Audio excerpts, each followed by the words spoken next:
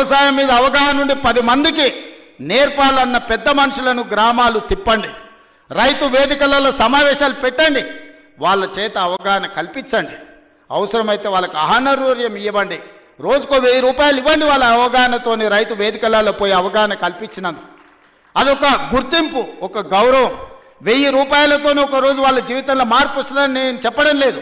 కానీ ప్రభుత్వం ప్రోత్సహిస్తుంది, ప్రభుత్వం గుర్తిస్తుంది, ప్రభుత్వం మిగతా రైతులకు అవగాహన కల్పించడానికి ప్రయత్నం చేస్తుంది అని చెప్పడానికి ఇవన్నీ కూడా ఉపయోగపడతాయి. కాబట్టి కలెక్టర్లందరికీ కూడా ఈ వేదిక మీద నుంచి చీఫ్ సెక్రటరీ గారికి నేను ఇన్స్ట్రక్షన్స్ ఇస్తున్నా.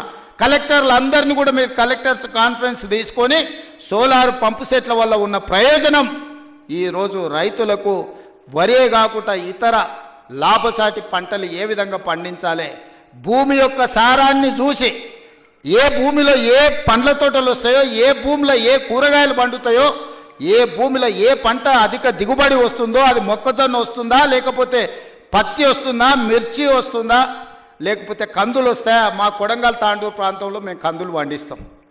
దేశానికే మా కందిపప్పు అంటే, తాండూరు కొడంగల్ కందిపప్పు అంటే దేశంలో గొప్ప పేరు. ఏ ఏరియాలో ఏ పంట వండుతుందో, అచ్చంపేట ప్రాంతంలోకి పోతే దోసకాయలు వండుతాయి. దోసకాయ కందిపప్పు ఎంత బ్రహ్మాండంగా ఉంటుందా. చికెన్ మటన్ కూడా వనికిరాదు దాని ముందర. ఇప్పుడు ఆ పిల్లలకు తెలియకుండానే పోయింది. కొత్త తరానికి ఇప్పుడు దోసకాయలు అంటున్నారు, వెనక బుడంకాయలు అనేటోళ్ళు. అవునా? కందిపప్పులా వేసి చేస్తే మన అమ్మనో నాయనమ్మనో వండితే మటన్ చికెన్ కంటే టేస్టీగా ఉండేది. జొన్న రొట్టెతోని కందిపప్పు బుడంకాయలతో తింటే ఎంత మజా ఉండేదా. ఇవాళ ఆ రుచులే పోయినాయి. అందుకే ఈరోజు పంట మార్పిడి జరగాలి, ఆలోచనలో చైతన్యం రావాలి, ప్రజలకు ఉపయోగపడాలి. మనము పోయి ఎక్కడెక్కడనో పోయి ఏదో కొత్త రకాల వంటలు, కొత్త రకాల డైట్ అని తీసుకొస్తున్నారు కొత్త కొత్తవి. ఎందుకంటే మన పెద్దోళ్ళు మనకి ఇచ్చిపోయారు. జొన్న రొట్టె తినండి, మీ బట్టలు మీరు ఉతుక్కోండి, 6 ప్యాక్ ఉంటుందో లేదో మీకు తెలుస్తుంది. మీ బట్టలు మీరు ఉతుక్కొని జొన్న రొట్టె తింటే మీరు ఏ జిమ్ములకి వెళ్ళి కండలు పెంచాల్సిన పని లేదు. ఆటోమేటిక్గా మీరు 6 ప్యాక్ తయారవుతారు. అవేవి చేయకుంటుండి జిమ్ములలో పోయి స్టెరాయిడ్స్ వారి ఆరోగ్యాన్ని పాడు చేసుకుంటారు. అందుకే ఈరోజు మా రైతులను ఇన్ని లక్షలాది మందిని వేదిక మీద నుంచి, వ్యవసాయ యూనివర్సిటీ నుంచి లక్షలాది మంది రైతులను ఉద్దేశించి ప్రసంగించడమే కాదు, వాళ్ళకి వేలాది కోట్ల రూపాయలు బదిలీ చేయడం ఇదొక మర్చిపోని జ్ఞాపకం. మీ అందరికీ ఈ ప్రభుత్వం అండగా నిలబడుతుంది. రాబోయే రోజుల్లో భూమి అనేది మీకు ఇండ్ల పట్టా అనేది ఇందిరమ్మ ఇల్లు అనేది ఇందిరమ్మనే ఇచ్చింది. ఆనాడు దొరల దగ్గర, భూస్వాముల దగ్గర వేలాది ఎకరాలు ఉంటే అగ్రికల్చర్ సీలింగ్ యాక్ట్ తీసుకొచ్చి ఆ భూములన్నీ తీసుకొని పేదోళ్లకు అసైన్మెంట్ పట్టాల పేరు మీద పంచిపెట్టారు. అటవీ ప్రాంతంలో ఉన్న ఆదివాసులకు, లంబాడ సోదరులకు పోడు భూముల పట్టాలు ఇచ్చి వాళ్ళని భూ యజమానులను చేసింది. ఇల్లు లేనోళ్లకు ఇంటి పట్టా ఇచ్చింది, ఇల్లు కట్టుకోలేని వాళ్ళకు ఇందిరమ్మ ఇల్లు కట్టించింది. డబుల్ బెడ్రూమ్ ఇల్లు అన్నాడు. ఎవరికన్నా ఇక్కడ ఉన్న పేద రైతుకు డబుల్ బెడ్రూమ్ ఇల్లు వచ్చినాదే.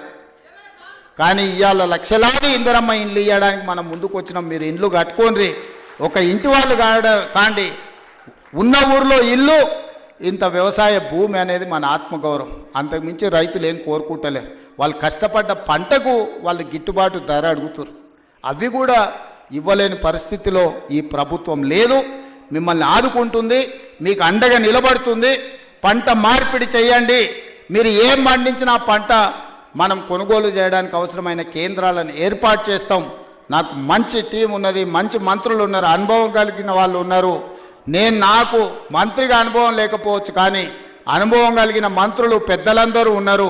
వాళ్ళందరి సహకారంతో ఒక మంచి పరిపాలన అందించి తెలంగాణ రాష్ట్రం దేశానికి ఆదర్శంగా నిలబడే విధంగా, తెలంగాణ రాష్ట్రం ఈ దేశంలోనే మొదటి స్థానంగా ఉండే రాష్ట్రంగా తీర్చిదిద్దే బాధ్యత తీసుకుంటాం. ఎవరు ఎన్ని గోల పెట్టినా, ధర్నాలు చేసినా, రోడ్డు మీద బండి దొల్లినా, తొడుక్కున్న బట్టలు చించుకున్నా 10 ఏళ్ళు మన ప్రభుత్వమే ఉంటుంది. నేను ఈ మాట చెప్పదలుచుకున్నా. వాళ్ళని చూడండి, వాళ్ళ మాటలు చూడండి. అసూయ, అక్కసు, కడుపు నిండా విషం కనిపిస్తుంది, అహంభావం కనిపిస్తుంది, బల్పు కనిపిస్తుంది మాటలలో. చూడండి టీవీ ముందర మాట్లాడేటప్పుడు ఒక్కసారి. ఎందుక 10 ఏళ్ళు వెళ్ళిండ్రు కదా, అన్ని అవకాశాలు ఇచ్చారు ప్రజలు. మిమ్మల్ని ఎవరు చేయొద్దన్నారు? రైతు భరోసా ఇవ్వద్దన్నారా, లేకపోతే రైతుకు పండించిన పంటకు గిట్టుబాటు ధర ఇవ్వద్దన్నారా, రైతు రుణమాఫీ చేయొద్దన్నారా, మీ కాలంలో సర్పంచుల బిల్లులు చెల్లించొద్దన్నారా, కాంట్రాక్టుల బిల్లులు చెల్లించొద్దన్నారా, రోడ్లు వేయొద్దన్నారా, చెట్లు పెంచొద్దన్నారా? ఎవరన్నారే? 10 ఏళ్ళు మొత్తం మీ ఇష్టారాజ్యంగా పరిపాలన చేసి రాష్ట్రాన్ని రావణ కాష్టంగా మార్చి రాష్ట్రం మొత్తం విధ్వంసం చేసి బొందల గడ్డగా మార్చి ఇంకా సిగ్గు లేకుంటే రోడ్ల మీదకి వచ్చి మమ్మల్ని తిట్టే పని చేస్తున్నారు. మీరు ఎన్ని తిడితే ఆ తిట్లన్నీ ఆశీర్వాదం కింద మారుతాయి. అందుకే వాళ్ళని పట్టించుకోవడం మానేసిన నేను. ఎందుకంటే రోడ్డు మీద మనం పోతుంటే అరుస్తూనే ఉంటాయి కొన్ని. అరిసినప్పుడు అరిసిన దానికల్లా వెనక్కి తిరిగి రాయితో కొట్టం కదా. నేను పని చేస్తా, మీరు వాళ్ళ పని చూడండి అని తెలియజేస్తూ మీ అందరి దగ్గర సెలవు తీసుకుంటున్నాను.